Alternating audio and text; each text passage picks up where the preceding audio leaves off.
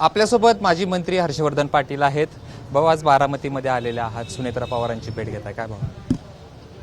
ते राज्याचे उपमुख्यमंत्री आहेत, आम्हाला निरोप आले आणि जिल्हा परिषद आणि पंचायत समितीमध्ये निर्विवादपणे सत्ता या तालुक्यातल्या मतदारांनी दिलेली आहे आणि त्या संदर्भात वहिनींनी सर्वांना बोलवलेलं आहे. आम्ही मामा सर्वच एकत्र आलेलो आहे आणि मला असं वाटतं अजितदादा नसताना एवढी एक हाती सत्ता पुणे जिल्ह्यातल्या मतदारांनी दिले तरच त्यांचे आभार मानणं एवढं कमी पडेल इतकं काम, चांगलं काम मतदारांनी केलेलं आहे आणि म्हणून आजची ही पहिली बैठक आहे. तुम्ही दोघं या ठिकाणी आलात, खरं तर इंदापूरमध्ये पण चर्चा होती, इथं पण चर्चा आहे की किती दिवस एकत्र राहणार तुम्ही? किती दिवस एकत्र असणार? तुमच्या मनात काही शंका असली तर मला सांगा. तुम्हाला विचारतो. काही नाही, मी त्यांना पण विचारणार. आम्ही दोघं एकत्र जाऊ, एकत्रच राहणार आहे आणि आम्ही एकत्र राहणार याचे साक्षीदार तुम्ही पण आहे. दोन्ही राष्ट्रवादी एकत्र येतील त्या संदर्भात तुमच्या गटाकडून चर्चा आहे, मात्र त्यांचा गट सातत्यानं ती गोष्ट नाकारतोय. मला असं वाटतं विलिनीकरणाच्या बाबतीमध्ये हा विषय आपल्या स्तरावरचा नाही आहे. हा निर्णय हा वरिष्ठ जे प्रमुख असतात पक्षाचे ते ठरवतात. मला असं वाटतं, मला तुम्हालाही विनंती करायची की हा निर्णय कोण घेत असतं, हा निर्णय ज्या त्या पक्षाचे जे प्रमुख असतात ते घेत असतात. महत्वाच्या नेत्यांना काय वाटतं हे पण महत्वाचं असतं ना. काय वाटतं ह्यापेक्षा सुद्धा ज्यावेळेस ते बोलून विचारतील त्यावेळेस आम्ही सांगू, पण हा निर्णय वरिष्ठ लेवलला होईल. कशा पद्धतीने पुढची वाटचाल असेल? अध्यक्षपदाचा उमेदवार असणार, बाकीच्या गोष्टी असणार, त्या संदर्भात काय चर्चा? पक्षाचे जे प्रमुख असतात ते साधारणतः पदाधिकारी निवडतात, ही आत्तापर्यंतची पद्धत आहे. त्यामुळे तो काही विषय आमच्या कोणाच्या स्तरावरचा नाही आहे. आमच्या स्तरावर एकच विषय आहे की 4 वर्षे निवडणुका नव्हत्या, प्रशासक होतं.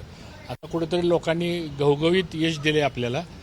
ग्रामपंचायतपासून पंचायत समिती, जिल्हा परिषदपर्यंत लोकांची चांगली कामं व्हावेत, सर्वसामान्य माणसाला चांगल्या प्रकारचा त्याचा विकास व्हावा, त्यासाठी लोकांनी एवढं भरभरून मतदान केलेलं आहे आणि ते काम पुढच्या 5 वर्षामध्ये व्यवस्थित व्हावं अशी आमची सगळ्याची अपेक्षा आहे. आपल्यासोबत कृषी मंत्री दत्तात्रय भरणे आहेत. 2 मिनिटं थांबवा आम्हा. खरं तर कशा पद्धतीनं चांगला विजय मिळाला, पुढच्या कशा पद्धतीने वाटचाल? लोकांची अपेक्षा तर साहजिक आहे.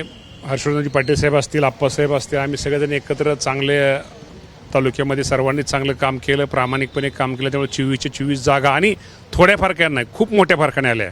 म्हणजे साधारणतः 80% आणि 20% एवढा फरक राहिलेला आहे. म्हणजे इतका फरक खरंच म्हणजे इंदापूरकरांच्या खरंच जनतेचं जेवढे आभार मानत तेवढे थोडे आहेत की खूप मोठ्या मध्यकाने दिलं. अख्खे 117 ग्रामपंचायत, 2 ग्रामपंचायतीमध्ये आम्ही कमी राहिलो जिल्हा परिषदला. सगळ्या ग्रामपंचायतीमध्ये लीड मिळालं आहे. त्यामुळं नक्की त्या जनतेचं जेवढं आभार मानत तेवढे थोडे आहेत. तर निश्चित प्रकारे जनतेच्या अपेक्षा आमचे झेडपी सदस्य, पंचायत सदस्य निश्चित प्रकारे ते पूर्ण करतील. आम्हा दोघा तिघांचा पण ते निश्चित प्रकारे आमचं त्यांना मार्गदर्शन लाभणार आहे आणि भविष्यामध्ये एक चांगलं काम करण्याचा प्रयत्न आमच्या सगळ्यांच्या बाबतीत राहणार आहे. राष्ट्रवादीचे पुणे जिल्ह्यातले तरी नेते आहात, कशा पद्धतीने पुढचा जिल्हा परिषदेचा अध्यक्ष बघता? काय होतं, आज आम्ही पहिल्यांदा इथं आलेलो आहे. आज पहिली चर्चा आहे. आज पहिल्यांदा त्यांची नवीन सदस्यांची, वहिनींची ओळख नाही, दादांची ओळख होती. त्यामुळे आता नवीन सदस्यांची ओळख झाल्यानंतर या बाबतीमध्ये सगळ्यांना एकत्र बसून नक्की निश्चित प्रकारे आमचे सगळे वरिष्ठ योग्य तो निर्णय घेतील. दोन्ही राष्ट्रवादी एकत्र येणार, त्या संदर्भात दत्तात्रय भरणेंना वैयक्तिक काय वाटतं? दत्तात्रय भरण्याला जसं हर्षवर्धन भाऊंनी तुम्हाला उत्तर दिलं तसं दत्तात्रय भरण्याचं वैयक्तिक काय वाटतं हे म्हणण्यापेक्षा थांबा, आता ते वहिनी कुटुंब सगळे आता दुःखातून बाहेर पडत आहेत. नक्की त्या बाबतीमध्ये निश्चित प्रकारे ते वरिष्ठ सगळ्यांशी चर्चा करून योग्य तो निर्णय घेतील. आणि काय होतं, तुम्ही मगाशी सांगितलं, त्यांनी पण तुम्हाला उत्तर, मगाशी तेच प्रश्न विचारला, त्यांनी उत्तर तेच दिलं. हा विषय हा वरिष्ठांचा आहे, प्रमुखांचा आहे.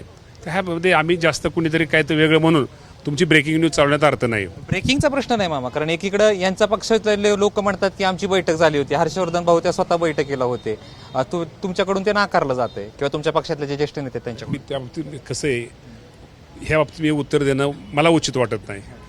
दुसरी गोष्ट, कृषी जी आता पावसाळ्याचं नुकसान झालं त्याच्यामध्ये अनेक शेतकऱ्यांना जो आहे तो मदत मिळाली असा आरोप केला जातो, त्या संदर्भात काय सांगतो? ठीक आहे, काय राहिले असतील, पण मदत तर 100% खूप. आता मी माझ्याकडे तुमच्याकडे GR नाहीत की साधारणतः चांगल्या प्रकारे मदत शासनाच्या वतीने दिलेली आहे. त्यातनं अजूनही काय राहिले असतील किंवा कशामुळे काय कागदपत्र अपूर्ण ते तपासावं लागेल आणि त्यातनं निश्चित प्रकारे कुठला शेतकरी वंचित राहणार एवढी काळजी आम्ही घेऊ. कर्जमाफीबद्दल काय सांगा? कर्जमाफीच्या बाबतीमध्ये परदेशी साहेबांच्या आदेशाखाली एक कमिटी केलेली आहे आणि आता खाली त्यांनी अहवाल कामकाज त्यांनी सुरू केलेलं आहे. साधारणतः एप्रिल महिन्याच्या पहिल्या आठवड्यामध्ये तो रिपोर्ट आमच्याकडे येईल. तो अहवाल आल्यानंतर त्या बाबतीमध्ये चर्चा होऊन 30 जूनपूर्वी माझ्या शेतकऱ्यांना दिलासा दिला जाईल. अमेरिकेचं आणि भारताचं कृषी धोरणासंदर्भात चर्चा चालू आहे. भारतातल्या शेतकऱ्यांवरती यामुळे अन्याय होईल असं वाटते. महाराष्ट्राच्या कृषी मंत्र्यांना काय वाटते? महाराष्ट्राच्या कृषीमंत्री एवढंच सांगतो की या बाबतीमध्ये माझ्या महाराष्ट्रातल्या शेतकऱ्यावर कुठल्याही प्रकारचा अन्याय होणार नाही. हे निश्चित प्रकारे हे जे धोरण किंवा हा जो करार किंवा जो आहे या बाबतीमध्ये माझ्या महाराष्ट्रात शेतकऱ्याचं हितच जाणलं जाईल आणि त्याचा माझा त्यात जास्तीत जास्त कसा त्या शेतकऱ्यांचा फायदा होईल आणि नुकसान होणार नाही ही काळजी निश्चित प्रकारे आम्ही घेऊ. खूप धन्यवाद. हे होते आजी आणि माजी मंत्री. मात्र यांनी विलिनीकरणाच्या ह्याच्यावरती आमचा निर्णय नसून वरिष्ठांचा निर्णय असल्याचं सांगितलं आहे. आता नेमकं यातून अर्थ काय काढायचा हे प्रेक्षकांनी ठरवायचं आहे. कॅमेरा पर्सन अमोल गवाळेसह जयदीप भगत, एबीपी माझा, बारामती. एबीपी माझा, उघडा डोळे बघा नीट.